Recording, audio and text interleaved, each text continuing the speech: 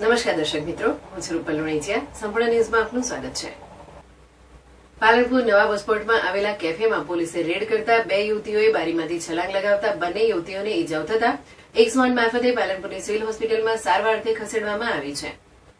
પાલનપુર બસપોર્ટમાં આવેલ કેટલાક કેફેના સંચાલકો દ્વારા યુવક યુવતીઓને પ્રાઇવસી આપવા માટે ગેરકાયદેસર કેફે ચલાવતા હોવાની ફરિયાદો ઉઠવા પામી હતી, જેના પગલે પાલનપુર પશ્ચિમ પોલીસ મથકના પીઆઈની સૂચનાથી ટીમના માણસોને નવા બસપોર્ટ ખાતે આવેલા ફર્સ્ટ ડેટ કેફેમાં રેડ કરી હતી, જેમાં પોલીસની રેડ જોઈ 2 યુવતીઓએ કેફેની બારીમાંથી છલાંગ લગાવી નીચે પટકાઈ હતી, જેના પગલે અફરાતફરીનો માહોલ સર્જાયો હતો, જેમાં 2 યુવતીઓને ઈજાઓ થતા આજુબાજુથી લોકોના ટોળે એકત્રિત થઈ ગયા હતા અને 108ને જાણ કરવામાં આવી હતી, જેથી 108ની ટીમ ઘટના સ્થળે દોડી આવી બંને યુવતીઓને પાલનપુરની સિવિલ હોસ્પિટલમાં સારવાર માટે ખસેડવામાં આવી હતી.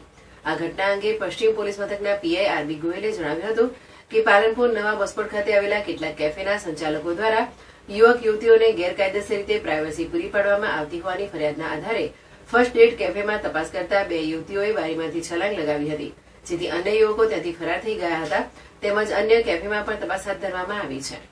Okay, roll sir.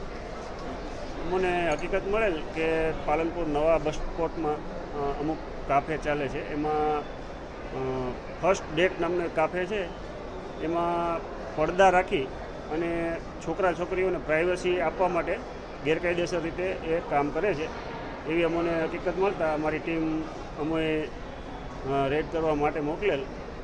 ત્યારે 2 છોકરીઓ પોલીસના ડરથી પાછળની બારીમાંથી નીચે કૂદી ગયેલ છે. એ કોણ છે એ 2 છોકરીઓ એને 108માં લઈ ગયા છે.